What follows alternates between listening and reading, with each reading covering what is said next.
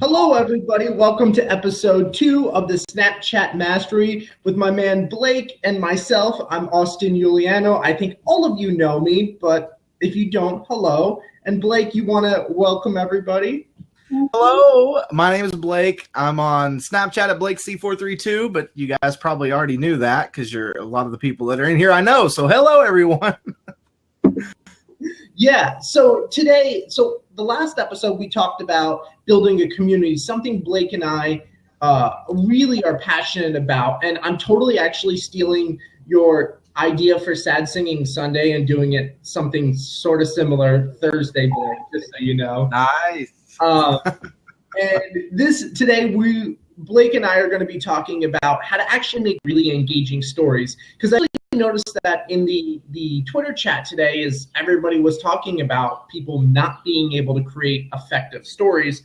And I would actually love to get the community involved here and talk about what we see as like tips and tricks and hacks for making an effective story. Because like Ben Phillips, phenomenal storyteller. Sean Ayala, phenomenal storyteller. Those guys are like excelling above anybody else. And I know, Blake, you and I both aspire to be that good, if not better. So right. Part of it is just kind of brainstorming ideas and figuring out what people do and how they do it, you know? Exactly.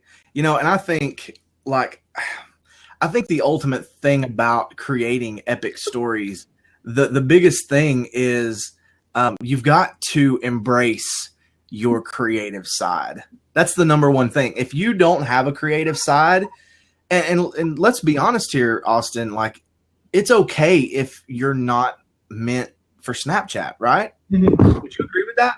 It's okay if you're not, if you can't embrace that creativity. Sure. As Chris just said in the chat, not everyone's meant to be on Snapchat, but if you have those creative thoughts, you have that creative side of you that just has to come out in some way, Snapchat's a really, really good platform. And you can comment on that. I'm sorry, Austin. No, absolutely. The funny thing was when I met my lady about 5 years ago, I would have claimed I was the least creative person in the world. Like I can't draw, I can't paint, I don't do any of those things.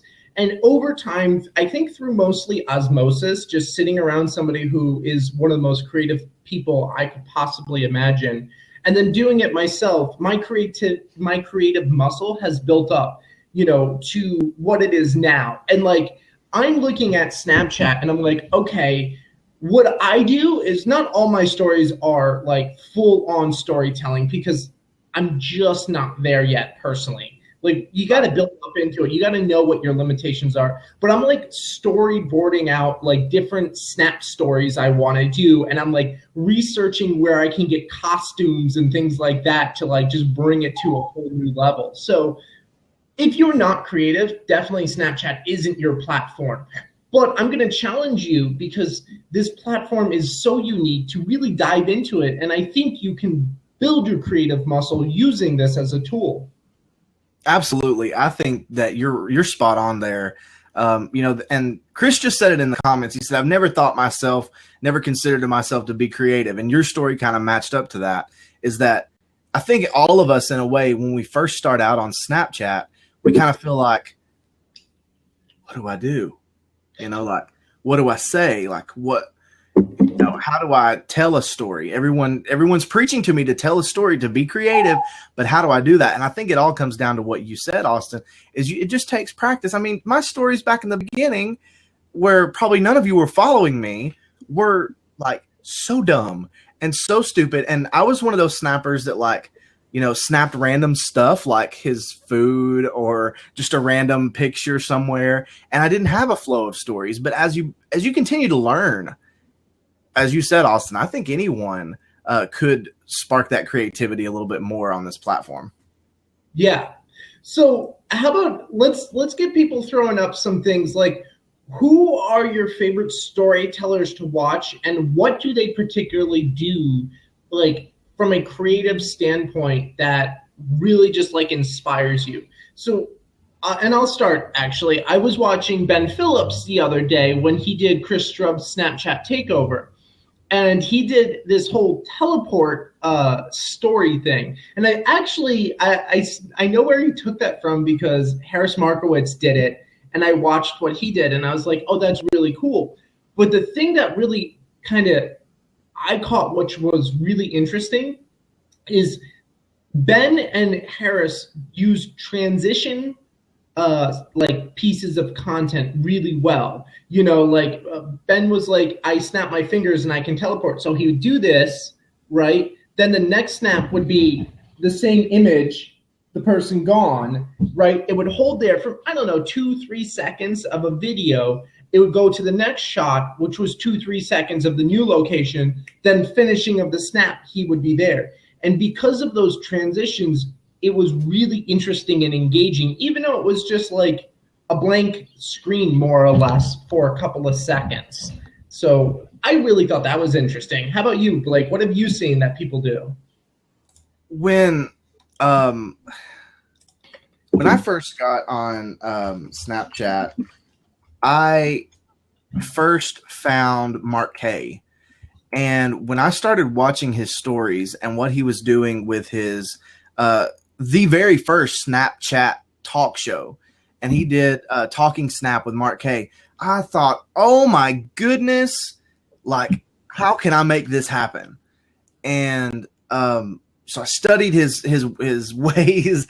I was a student of Mark K without talking to Mark K, and learned from him how he did his snaps, and that was amazing. The creativity levels of these snappers are amazing. Mark K, Ben Phillips. When I first seen Ben and I was watching some of his stories, I was amazed at the stuff he was doing and doing it natively on the platform. Obviously, Mark K was hacking the platform a little bit, but Ben does everything natively on the platform. Everything that he does, the transitions, the storylines, everything he does is right on the native platform. Another storyteller that I love is Sean Ayala. He's just so much. His stories are so fun, and he does engaging games and things of that nature. There's just so many different Snapchat storytellers that I look up to. That I don't model myself. I don't mold myself as acting like them, but I draw some resources and insights from them for sure. Oh yeah, and I think that's very important. I think what happens, so I have this like love-hate relationship with copying other snappers, right? Right. I don't think you should copy other snappers exactly, but when you're first starting out, like the first time I watched Harris Markowitz, who's Snapchatter nominee of the year, he did this awesome like thing with the rewind filter where it looked like things were coming to him. And I was like, oh, I'm going to steal that exact same idea and start playing with it so I understand the functions myself. And I made this little story about how I had Jedi powers, right? Yeah. But I think there's this idea behind watching these other people. Sean Ayala, drop him in here because Gillis doesn't know who he is, and he's amazing. I think there's this balance we have to do about copying other Snapchatters and learning their techniques and then applying it to ourselves, but still having our own voice while we do it, you know? Absolutely. Absolutely. I agree, because it would be so easy to just like replicate everything that Gary Vee does or replicate everything that Ben Phillips does. But listen, people are going to sniff that out. They're going to know that, like, hey, you're copying this person and you're obviously not, being yourself. When you're yourself, people know you are yourself. The same person that you see on Snapchat, and I believe it's the same with Austin, the same person that you see on Snapchat for me is the same person that you're going to see if you meet me going down the road. In fact, I'll probably be snapping if you met me going down the road. So we'll probably run into each other. Yeah, Jose said it really well. Mimicking is not going to build you a community. You're trying to leverage somebody else's way of doing things to build a community when people just want you. They want you. They want to know the real you, everything about you, not someone else. That's why I have yet to steal the good morning Snapchat. I only did that once, which was when I had to count. Yes, it's amazing how that's become something. It's almost like a branded thing now. Like if I did one like prequel snap before the good morning one time, and I had someone say, "Oh my goodness, are you not doing a good morning snap?" And then like right after that, they were like, "Oh, okay, good." I snapped it. It's just like, it's crazy. Yes, we should all do a good morning Snapchat in tribute to Blake. Oh, that would be amazing. Yeah. If that all happened at the same time, 24 hours of good morning Snapchat. Yes, I put a little montage together that you were included in, Austin, which was a blast. I know. It was a blast. Impressed by your montaging skills. Yes. I like it. How about who else here? Who else has this community found that they really like watching their stories and why? Another one I like is Joe Wilson TV. I don't know if everybody watches him, but Joe Wilson actually, I kind of stole a technique from him because he did it so well. He uses the black and white filter to effective storytelling. And now Joe Wilson has a history of storytelling in video and TV. Like he understands how to do that, which makes me want to consume his content more. But he's very good at it. Joel Comm, absolutely. Yeah, Joel Comm, he's a really big inspiration as well on Snapchat. Joel is just so much fun on Snapchat. Like I look at the Joel that I see on Blab, and then I look at the Joel that I see on Snapchat, and I'm like, I know it's the same person, but the Joel on Snapchat is just like so laid back and fun. And when he's on Blab or Facebook Live, he is so on task, on point, and he gets everything done, but he still has that same personality about him. He is truly using Snapchat like you're supposed to use any social platform, which is dive into the context of that platform. Snapchat is big on entertainment.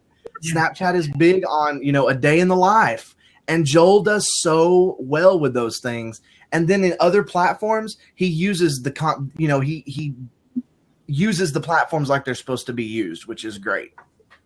Yeah. The entertainment ability of Snapchat, I think, is really interesting because I've noticed personally watching different people on Snapchat, their silliness factor comes out a lot more. Like I can be honest with you, I don't do nearly the stuff I do in real life as what I get to do on Snapchat because the platform asks for it.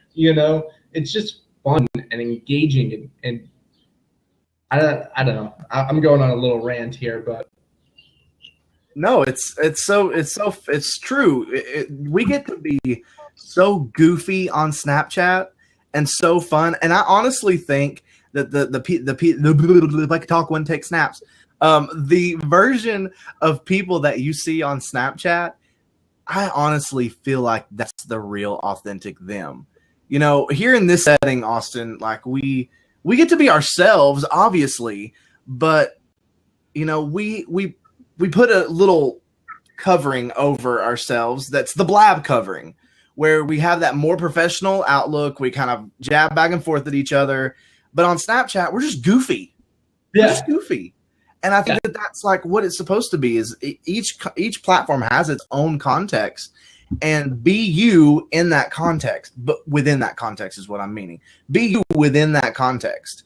Because a lot of people may not enjoy your goofiness over on Twitter, but they're going to love it on Snapchat. And they may not like take all your business advice seriously on Snapchat, but they would love it on Twitter or Facebook or Blab or Periscope, things of that nature. So you just got to look at the context sometimes. Oh, yeah. Hey, Chris Strub is in here. Chris, you should jump in here because Chris needs to jump in. Yeah. Guys, if you would like to jump in, we'd love to have you. This is not necessarily a two-man show. Nope. Women are allowed. We like jump in, but I have to get Wi-Fi right now. Okay. Doesn't have good Wi-Fi right now. Gotcha. I got a question for you, Blake, because I think you're better at this than I am, to be perfectly honest. How do you figure out how much content to watch in the day? Because we had a question over here about watching 45 minutes of other people's content. Hello there, Chris. Oh, he's working out. I did that. Working out. I did that entire chat snap from the treadmill. Like, how crazy is No, that? you didn't. Yeah, I really did. I just did 4. Oh my miles. goodness. So How do you do that? If I'm on a treadmill and I'm trying to do something, I get like motion sickness. Me too. me 3. I don't think I would do this again. It was not a great idea. But it was. I wouldn't miss chat snap in the world. It was a lot of fun. That's awesome. It was a great chat. So I didn't mean to blab, Jack. It's great to see you guys. Yes, No. good to see you. Jack, it's totally cool, man. I am thrilled to be here. And the gal that I traded my Snapchat account with today, Corinne Epps, is one of the fittest and most wonderful people in the world. And she's out in LA, Austin, so maybe you guys can link up sometime. But Yeah. she's really, really great. About being out of shape and then whip me into shape and we can Snapchat it and me crying. Absolutely. Yeah, it's funny. There's on Corinne's account, there's always this beautiful young woman, this beautiful blonde at the gym working out all the time. And now here I am sending snaps from the gym. People are like, what the hell is this? Like, is my Snapchat broken? Like, what do I do? Where's the other one? Where's the other one? Yeah, come on. Be pretty again. Yeah. So, Chris, I got a question for you. When it comes to storytelling on Snapchat, who are the people that inspire you, and what techniques or tricks do they do that like really caught your attention in the storytelling department? I think there's different stratospheres of storytelling. You have people like Tristan Tales, who dives out of a plane with Amanda Cerny on his back. That was and amazing. You and me aren't just going to be able to go do that. So there's people like Shonduras, and there's people like Opera Americano, who are way up there. Sean Ayala, who create this incredible stuff. And it's great to watch that stuff and try and pick up on little idiosyncrasies and pick up on things that you want to add to your style. I think what both of you guys do better than almost anybody is involve the community in what you do. And that's what's really, really important as well, is not just listening to what everybody else is doing, but engaging and interacting. And Blake is absolutely the master of directly involving the community in his stories and putting other people's voices out there, which is really hard to do on Snapchat. Yes, it is. But Blake does it. So here we are, right? So, I think people like Tiffy Diamond, I saw someone in the comments mentioned producer KCM does this Acted Out Friday, which I thought was the most hysterical thing I've ever seen. Like, I called Blake when I saw it and was like, dude, do you know this guy? And he's like, yeah, man, it's no big deal. But anything like that where you can involve other people's ideas or questions, anything like that is just such great and rich content because people want to be a part of the story, right? Yeah, absolutely. Exactly. And I think that is the number one thing that any Snapchatter should try to do, even if you can't go the extra mile and actually have them in your story, just to say, snap me back. I would love your feedback. And then have that one-to-one conversation with just that person that takes the time to snap you back. That means the world to me. If I'm talking with Austin, talking with Chris, talking with any Snapchatter, and I've engaged and they take the time to engage back, that's an epic story for me. Yeah, I mean, getting a snap back from someone, Brian Fanzo was talking about this a couple times the other night about access. Snapchat really gives you a really excellent opportunity to get access to people. And Jana Francis says the same thing. It's all about being able to have that interactive one-on-one conversation, even if it's not necessarily part of your storytelling and your story. I mean, heck, I snap both of you guys constantly, all the time, and you snap me from random accounts every day. Just being like, I'm so tired. 8:32. Dude. Oh, God. Oh, okay, mister. I did 3 snap swaps in a row, and I couldn't do it anymore. Yeah. Well, welcome to day 26. I'm not denying. I totally understand it. You're hustling your face off. I did like 3 in a row. And I was like, fuck.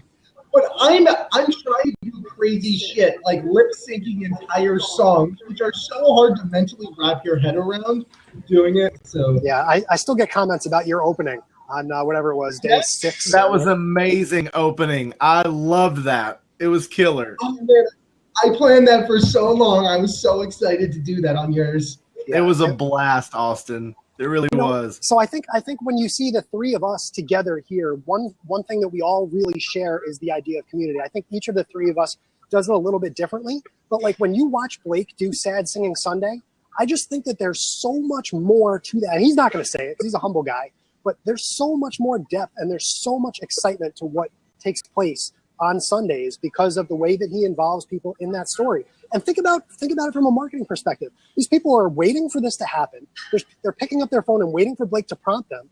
And then when he asks, they pick up their phone and they start singing and they record it and they send it and they want other people to see it. Like there's enormous value in that type of content creation. You know, when you think about being able to repurpose it, and I think all three of us, something we could all, not just the three of us, but everyone can work on is repurposing stuff more. You know, put it on your Facebook page, put it on Instagram, and sometimes we get so wrapped up in the Snapchat itself that we don't think about that. And I'm guilty too, because you haven't seen much of Strug Snapfox outside of Snapchat, but you will. So, you know, the idea of using your stuff on Instagram and using it on Vine and using it on Twitter and Facebook, I think there's, and I see Austin smiling, but there's so much more ground to be made with the content that we're creating on this platform. Is it because I'm talking with my hand? Because I always do this, even on my snaps too. I always do this too. I do too. I'm a hand talker. You know, and I got not just an Italian thing. And I got my grip is on tight here with my new pop sockets, Blake Croft. I got one too. So you got one? I did. It's glued to the back of my phone now. We got to get you one, dude. And look here. Yeah. It's a nice little toy. So popsockets.com, hashtag not sponsored, hashtag sponsor, hashtag sponsor Strub, please. Yes. But it's all about the community. And I think that's, you know, it's a further testament to it that both of these guys are putting together this blab after ChatSnap because we want to continue the conversation with the community, you know, and I think it's, you know, like we said, jump in. Like I'll jump out if two people want to jump in, you know, like we want to hear different people's ideas and different people's imaginations and creativity. And I think one thing, at least that I've learned, is by watching, you know, and question number 7 today on ChatSnap was, you know, do you add everybody back? And I do, and I'll generally give people a shot or two and see. And I've gained some of my best friends from just looking at these quote unquote random people that never send you anything. But like Jane Jones, JJ, like I added her back and I watched her story and I'm like, holy crap, this girl is awesome. You know, exactly. Like I found Inky Pinky through the Snapchat directory and I just looked at her story once and I'm like, oh my God, like this girl is great.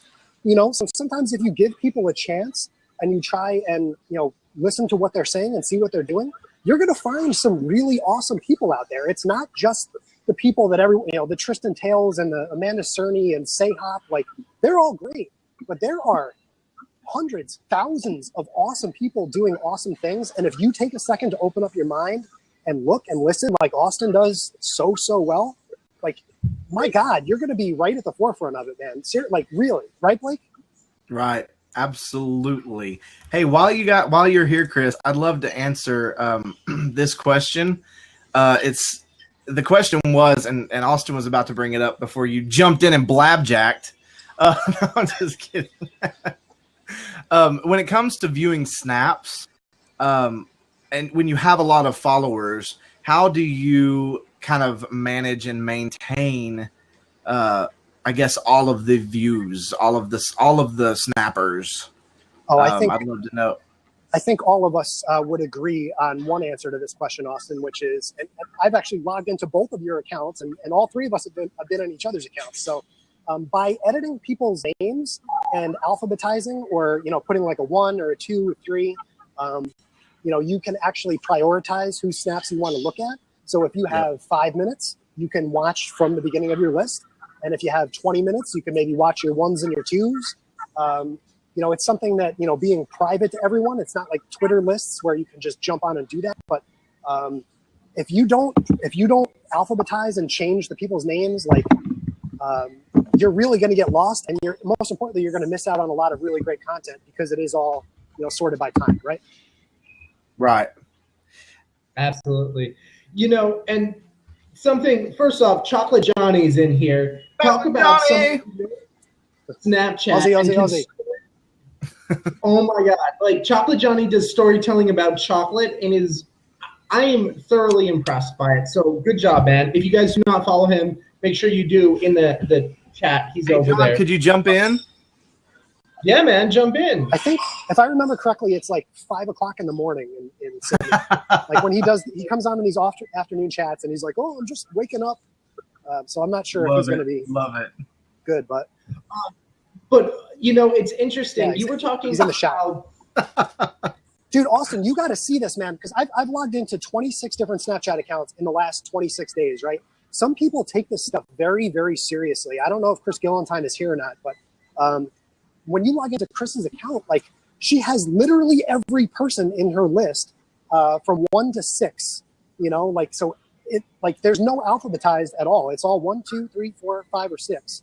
And it's, people take this very, very seriously. But then you have the Figo Americano approach, which I also mentioned in Chat Snap, which is you don't have to add everybody back. Certainly, what I mentioned a minute ago about, watch everyone and give them a chance is one thing. But my list, as both of you guys saw, is incredibly jumbled now. I have no idea what's going on. So if you ask people and you say, listen, like, I would love to be friends with you, but send me a personal snap and say, hey, what's up, Austin? My name's Chris Chubb. I Snapchat around the country. But, like, then Austin's going to add you back and probably want to watch your stuff. It's all about that relationship building. And if you take the time to personally introduce yourself and, say what you do and say, hey, Blake, like, I really love watching Sad Singing Sunday. And, like, that matters. It's that simple to get someone's attention on this platform. That it doesn't take a lot, but don't overthink it. Don't think that you're drowning. Just take it person by person by person, and you'll be fine. One thing. Go ahead, Austin. Well, Johnny just asked a great question about what you've learned from your Snapchat swabs. Oh, before we go to that, can I jump in and say one more thing about the what we were talking about the organization and following everyone? I was wanting to mention this in the Chat Snap today. But one thing I would say is that bothers people if you don't follow them back is they can't, like, swipe up and chat with you. And so that's why I try to follow everyone back at first, because a lot of people I've had message me saying, hey, we're not following each other, so I can't even chat on your snaps. And so I definitely give them a follow, because if people want to engage with me, I want to give them that chance because I want to engage with them too. So I kind of make sure to start out that I do follow people back, but then I'm really responsible and about checking who I've followed, because if they don't engage after I've tried to engage with them, then I have to do the boot. So, anyways, okay. Yeah. And here, you guys, for some of the other Snapchatters, for myself at least, and I'm sure for Chris and Blake, give us some time, because I literally just added everybody, but this is already like what I got from before I started this. It's a lot. So, yeah. I have 16 snaps today. Holy moly. Yeah, right? And like that's pretty common, like having lots of people. And the hearing Chris Gillentine has everybody dedicated in her thing is 1 to 6. That's really impressive, because I have not gotten through everybody. Like, I am trying to watch everybody's content I can as much as I can, but oh my Lord, you've seen my list. There's so many. And Chris, I saw your list and all your Tinder girls on there. There's a couple of Tinder girls. Thank you, Austin. I appreciate that. Dude, it's really, really tough. No, in all seriousness though, both of you guys saw I have my A list, right? And there's like 30 plus people on my A list. And you think about that. You cannot watch even all of those people. I mean, there's people like Chocolate Johnny. There's people like Caleb Maddox. There's people like Tiffy Diamond, who I'm just overwhelmed by how awesome their stuff is. And I find myself missing a lot of it because there is so much cool stuff. So when we talk about the personalization element of it, like, and I think that was Chris's question too, was like, when is it appropriate to send a mass snap? I get a lot of mass snaps that are like, hey, make sure you watch my story today. And I'm like, Right. Like, okay, great, but I have that's like saying, hey, watch my Periscope today. Like, I have 7,000 other scopes that I could go watch, you know, like everyone only has so much time in their life. And someone said in ChatSnap too, like, if people don't watch my story, I unfollow them. And that's just a dangerous thing to get into, because it's just impossible to, I can't even watch like all of Blake's stuff. I love Blake. If you guys see me on Twitter, and I don't know that Blake has a chance to watch everything that I do, and that's okay. You know what I mean? We're there every day, you know, and we can still use it to interact with each other. You know what I mean? I talked about this in my course that I'm making a couple of days ago.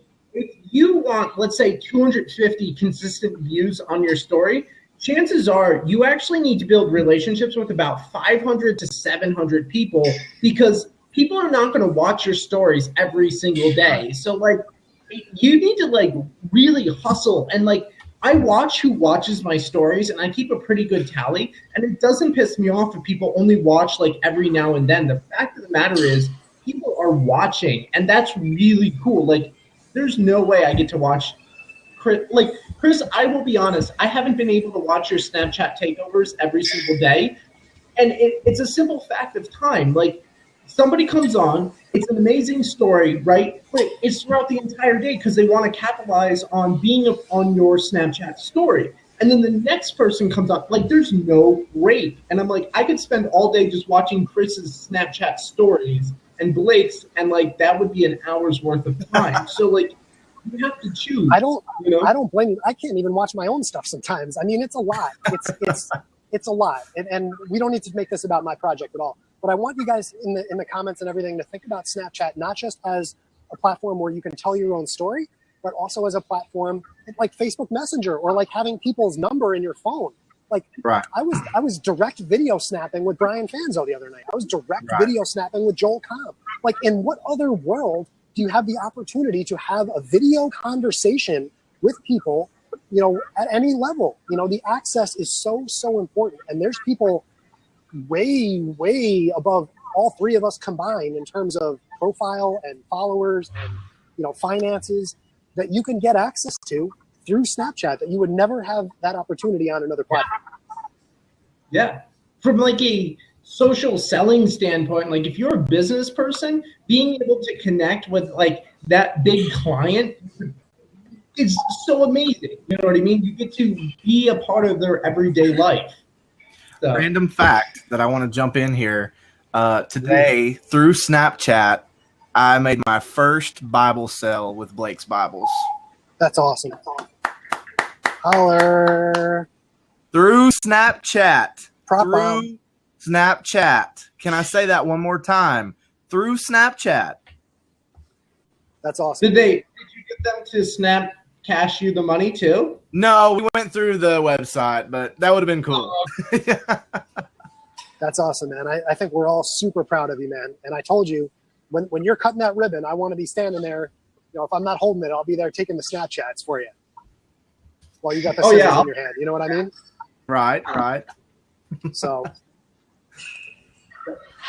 Oh, man, that's awesome. Anybody else want to jump in while we have a seat open, or we can keep going to asking questions? It's I love how you're exercising while we're doing this. It's hilarious.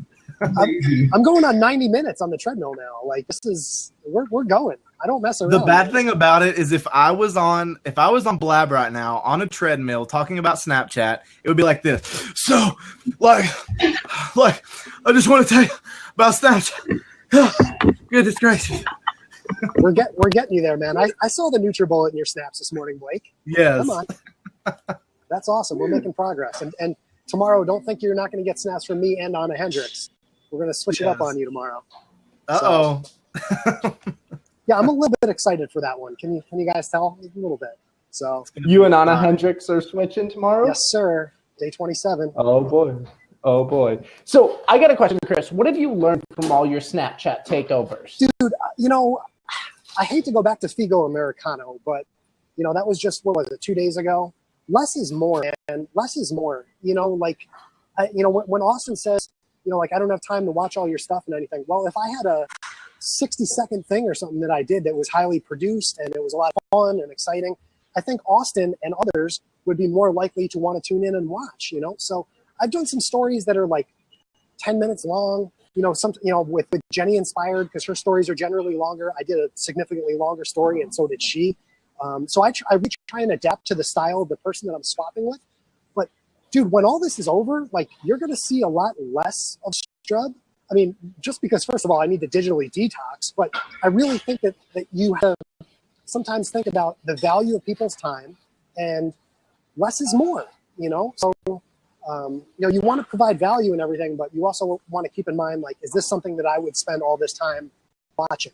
So, you know, if it's good, and I think Figo and Blake have talked about this, like, if your story is good and it's interesting, it can be long, but you got to make sure that you keep that quality up if you want to keep people watching and keep them from dropping off of your story. You know? Does that make sense, Austin? Absolutely. I've noticed that myself too. Go ahead, Blake. Well, I was just going to say, I've noticed the same thing with my snaps here recently. It's not that my viewing has went down. It's just that it's the same. Like, I'm gaining folks every day, but the viewership. I get the same thing. And so, like, I've learned that, like, it's not, I can't keep doing the same thing. It's not working the way it was supposed to work or first worked. So when I seen Ben's story yesterday, he just did literally his story, put his snap code, and that was all he snapped yesterday on your account. And that was like, that's hard for me to process, because like the Snapchatter's brain says everything that I do, people want to know about. And that's not always the case. It's not. Like, people don't really care all the time if I'm like cooking or if I'm going to work. It's the same. If it's the same stuff every day, they know that I'm going. So what can I do in creative sense? But here's the important distinction. Do what I do. Here's the important distinction, right? People use Snapchat for different things, and there are a lot of people out there that do only want to use Snapchat maybe to tell what they're doing or to keep up with, you know, their friends and family. And we got to remember that the three of us, and, you know, Chocolate Johnny's question up, like, a lot of us are working towards trying to build our audience and trying to get our stuff out to more people, and that's great. But there are a lot of people out there that only want to watch, and they don't give a crap how big their numbers get or anything, you know. And that's okay. That's okay too. You know, there is no right or wrong way to do it. I think it's just important to make the distinction. Like, when the three of us talk, and, you know, we talk both offline and online quite a bit, like, we're working towards trying to build our audience, trying to create content that has mass relevance, trying to get more people to watch our story and get involved and do more stuff. But if you're not about that life, don't worry about it, man. Like, Snapchat, just like Twitter or Facebook or whatever platform you want to use, like, we hope that what we create is of value to you as well. We hope that if you want to watch us to try and learn different ways to, you know, be more fun or be more interacting and engaging, Sad Singing Sundays, whatever it is, like, great. But don't think that you need to follow all of our tips just because we're trying to build our audience. You know what I mean? Right. And I think that with me, it's went from, like, instead of sharing all of my moments, I share those moments that really mean something to me, as well as I know will mean something to you guys. Like, instead of, like, literally having my phone in my hand all day, which I got criticized by my wife. She's like, "You're just on your phone all day." I'm like, okay, I know, I understand, family first. So instead of constantly being on the phone all the time, just focusing on what matters and flowing that story throughout the day is what matters most to me now. Yeah. And, you know, here's the thing. I'm also noticing Blake, Chris, and I are all saying kind of the same thing. I was right there with you, Blake, snapping everything all the time to his, you know, trying to really, like, learn this just platform and test and tweak. Be visible. Well, be visible. And what I am now focusing on, and it's a slow shift, is I'm focusing on planning and creating stories as Ben Phillips did, really execute on those stories and spending the rest of my time engaging in the community. Like, I think a key to building your Snapchat audience, if that's what you want to do or anything, by Chris, is really working in your strengths. Chris, myself, Blake, all of us really believe in the power of community. And I think, to be perfectly frank, we're just not as good storytellers as maybe Ben Phillips is right now, or Sean Ayala, because, I mean, I cannot draw the way Sean Doris can draw on Snapchat. And I've tried. I don't have those skill sets. So it doesn't make sense for me to try and do that. Whereas, can you grab that for me? Thanks, Blake.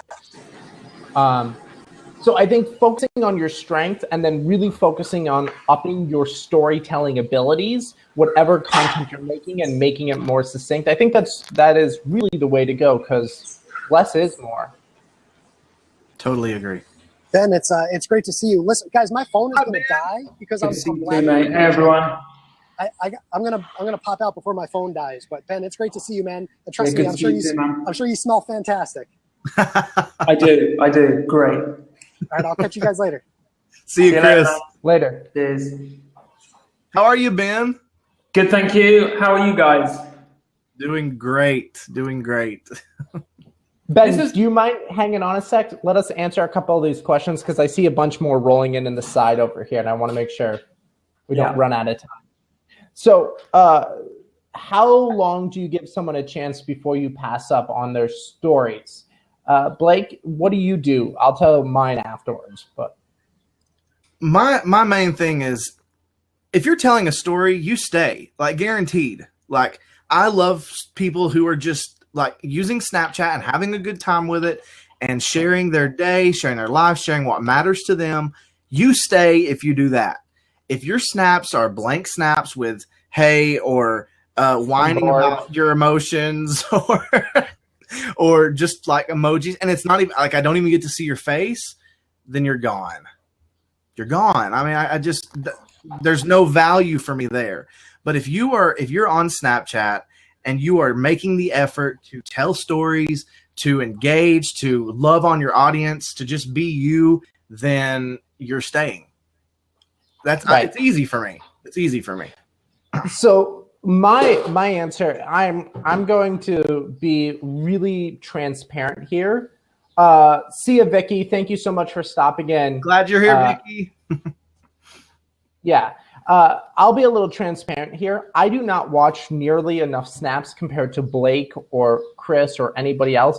I'm spending more time creating my content and engaging with the people who are engaging with me. Because every day I wake up, I have a lot of snaps from people watching my stories. People saying how much they liked something. You know, Ben, for instance, I did a live chat with him through Snapchat because him and I literally met on this platform, and we are now friends. I'm spending my time and energy focusing on the people who are watching me, which I know sounds really selfish, but it's just a way that I can wrap my head around where do I focus my time and energy. And I want to give love to my fans. I want to give love to the people who are enjoying my content, who are engaging back with me. And from there, then how I determine who to watch and who not to watch, it really kind of depends on the mood I'm in. If I'm looking at building my audience, my community stronger, I'm going to watch the people who watch my snaps. I'm like going to go look at Ben's snaps, and I'm going to see what he's doing first and foremost. And I'm going to go over to Blake's and then like just go through my list and see what they're doing. If I'm looking at growing my audience further, I'm looking at all those people who haven't watched my stories, who aren't marked as somebody who's been engaging with me. And I'm going to watch their snaps and I'm going to try and engage with them and like see if I can start bringing them over to my audience, see if they're going to start checking me out. Sooner or later, though, I'm going to get rid of them, mostly because I'm moving on to the new people. But I don't mind if they're in there, I'm not watching their stories and they're not watching mine. I'll let it sit for a while because there's a chance they're going to come around and get exposed to me because I got plenty of other people to engage with. So that's my answer, though. Yeah, I think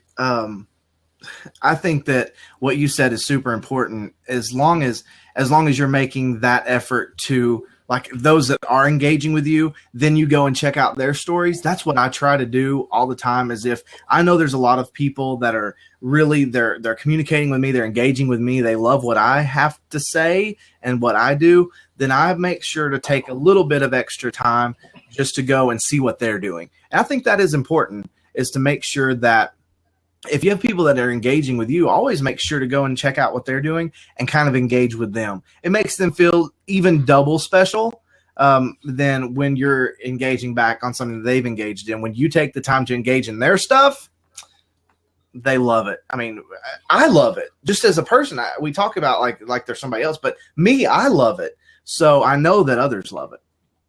Yeah. Go ahead, Ben. Sorry, man. That's cool. That's cool. I'm liking listening. Yeah, what I'm doing at the moment is I've realized it doesn't really work in one sense, but this is what I do is I'm putting the firework emoji in front of people's usernames that I need to, want to, whatever the case may be, watch, so that I've got those people so I know that, okay, at least kind of once in the next day, 2, 3 days, I'm going to watch, their snaps.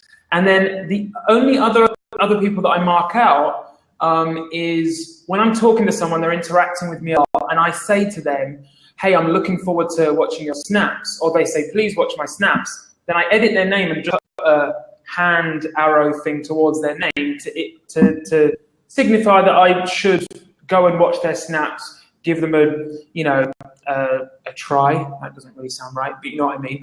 And just, look at their snaps and basically follow up on and follow through with what I said that I would do.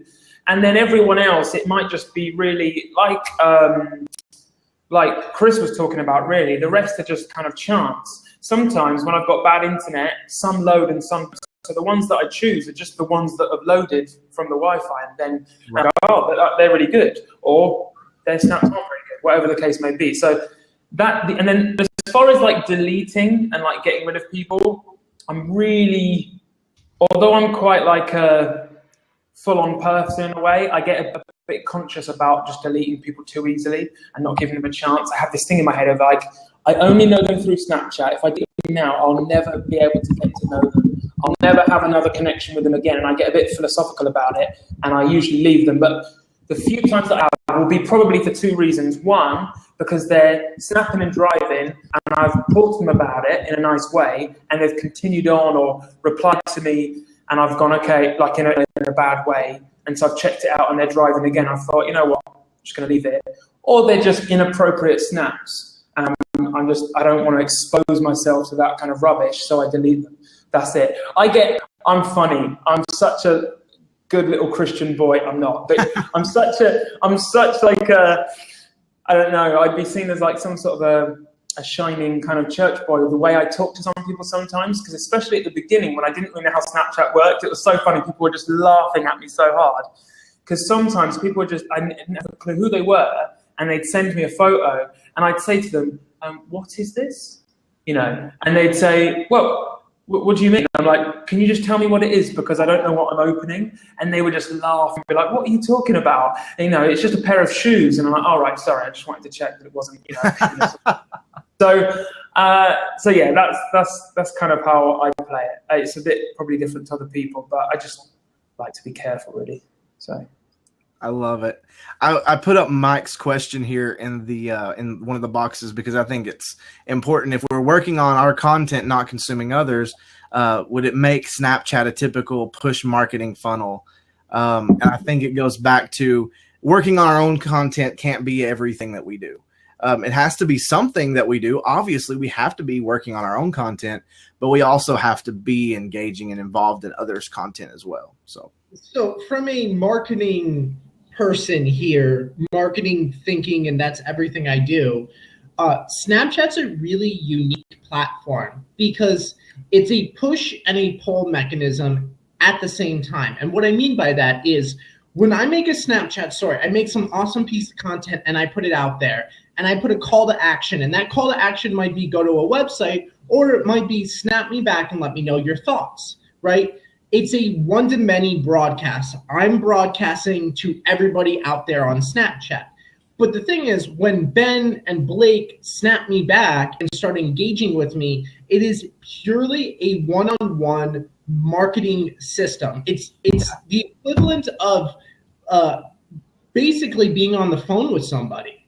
And it was really funny because I didn't realize I'm actually a salesperson, but my girlfriend has been watching me do Snapchat, and she's like, you're kind of a salesman, not in a negative way, but a salesman is scripted. If the first phone call with a prospect, they go through their script, then they have their next script, then their next one, right? You have to systemize what you're doing, just because, like, I can tell you, when I have 50 to 100 new people from doing like a Snapchat takeover, and I have to, like, I thank every single person, you have to repeat the same message. Otherwise, it gets so challenging trying to come up with something new, right? And it's a genuine message. Thank you for watching me. So I don't think it will become a push mechanism from a marketing standpoint. I think will be that aspect, but the key though is you push out, and then when they engage back with you, that's where the real magic of Snapchat happens. That's where you get to build the relationships and make, the sales. And when I say sales, I don't mean actually selling a product. It might just mean building a relationship, getting the ability to be on a podcast, being able to interview somebody. It doesn't matter. Everything in life is sales. It's a transaction that we're trying to accomplish.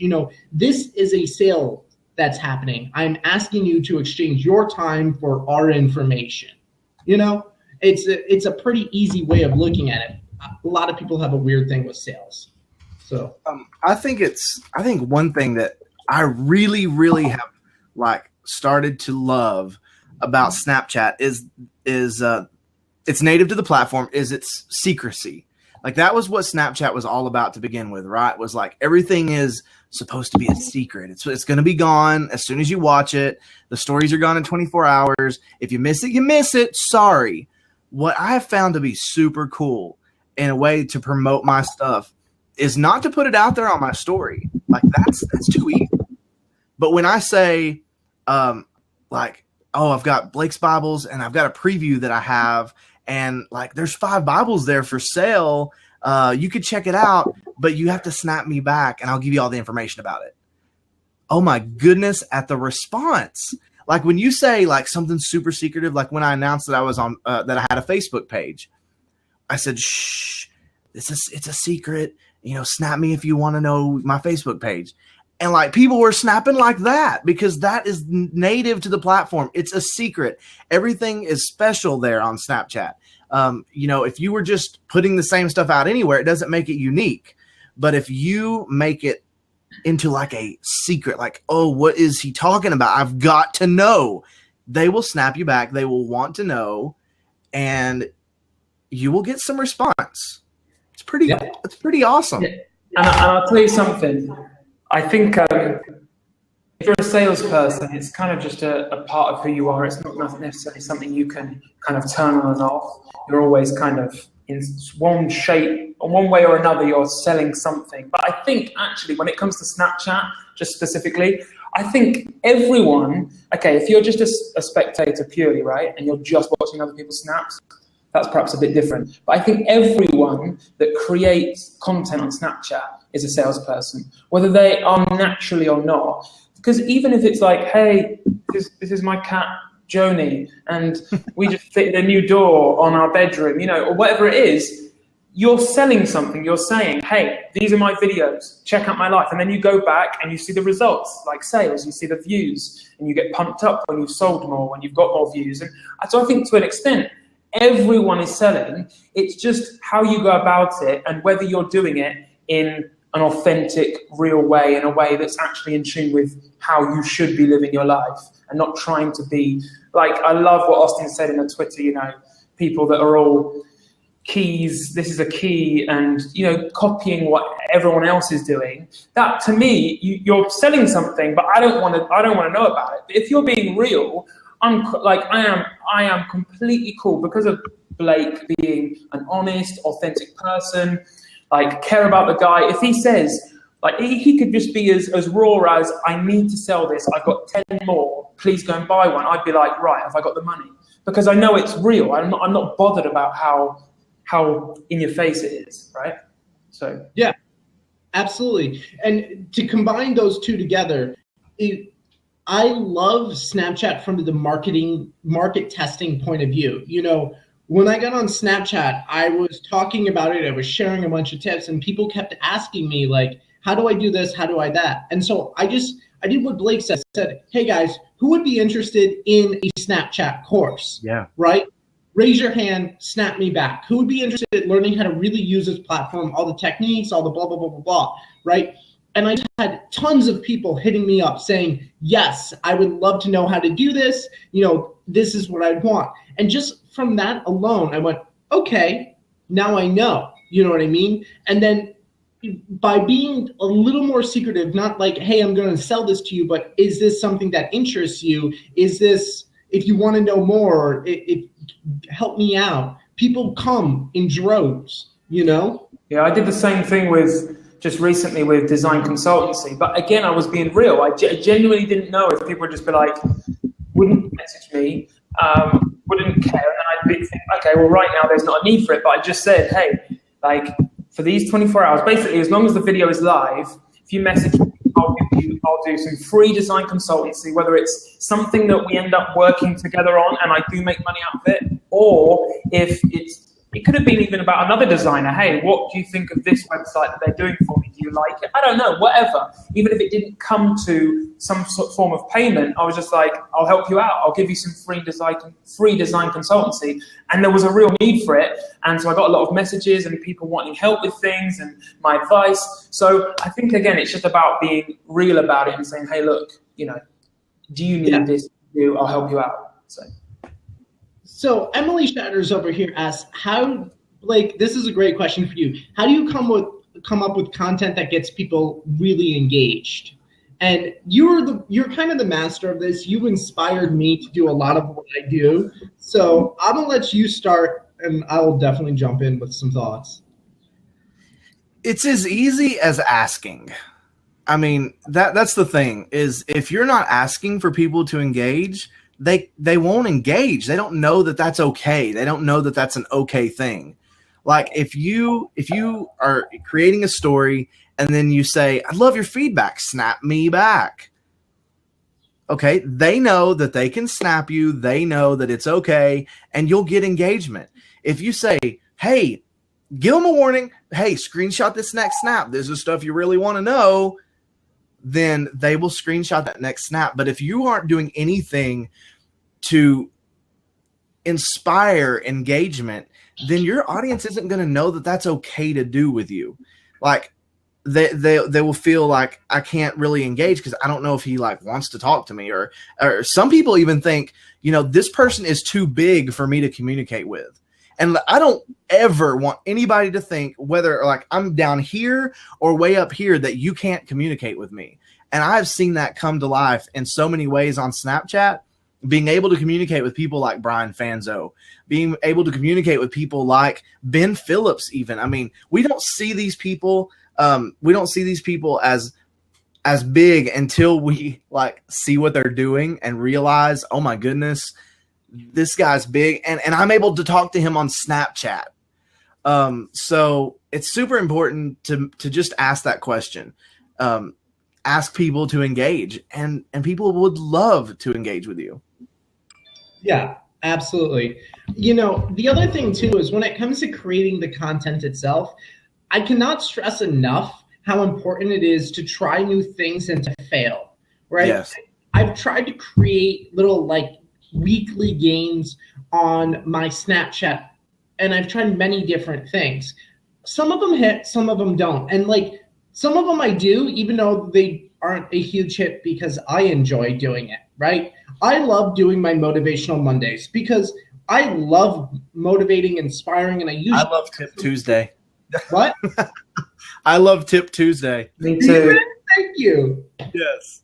Yeah. Thank you. And it's like, this is the thing though, guys, like you don't realize how much people like those things until you start doing it. And I always ask people to snap me back. I always tell people, you know, what it is that they like. And then I'm watching. Like, I'm not a huge spreadsheet guy. Like, I don't know exactly, but there's just this gut reaction when I do something. Like yesterday I was hanging out at the beach, right? Because it was a beautiful end of the day, and I threw some emojis up on a sideways thing and made a little pirate ship attacking another ship. I was just being goofy and silly. Like, not really caring. It wasn't necessarily to provide tremendous amounts of value. I did it because I enjoyed it. And Right. I got so many people snapping me back saying, "Yar, haha, matey," Yeah. and like other things that I cried. It was so moving that I actually shed a tear.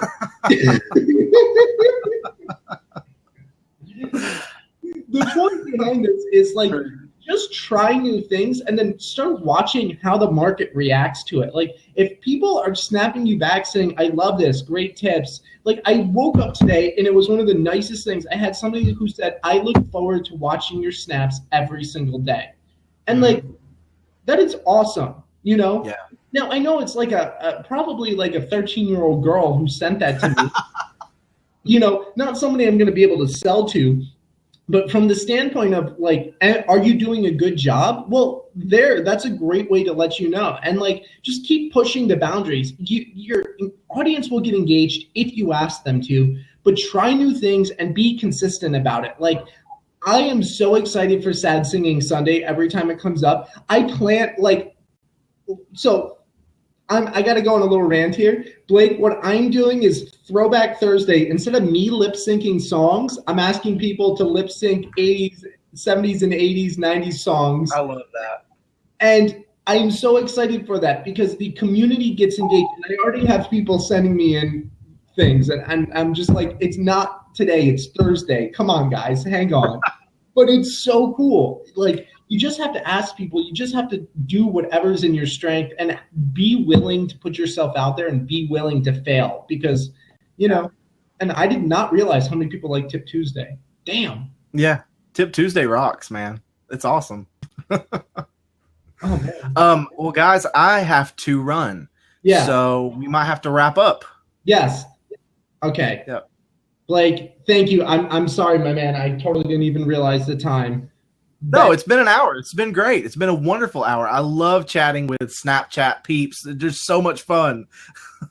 Okay, guys. So before everybody cuts out of here, if you want the next episode Blake and I are going to do, it's always a little bit different because Blake works a job that doesn't give him consistent times. Go to dscience.co/Snapchat-lab.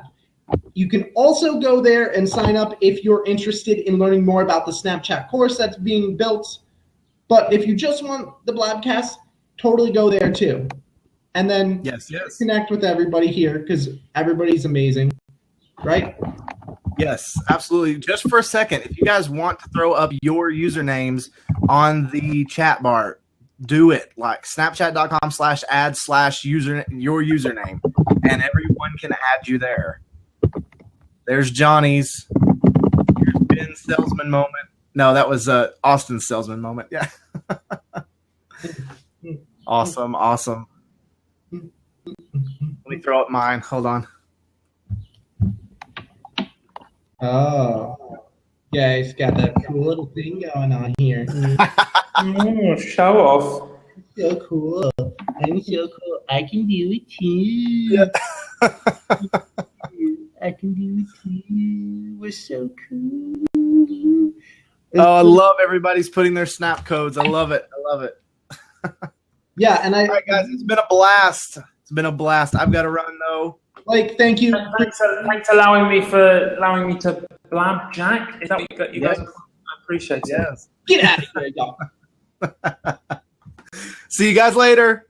See ya, Have a everyone. great week.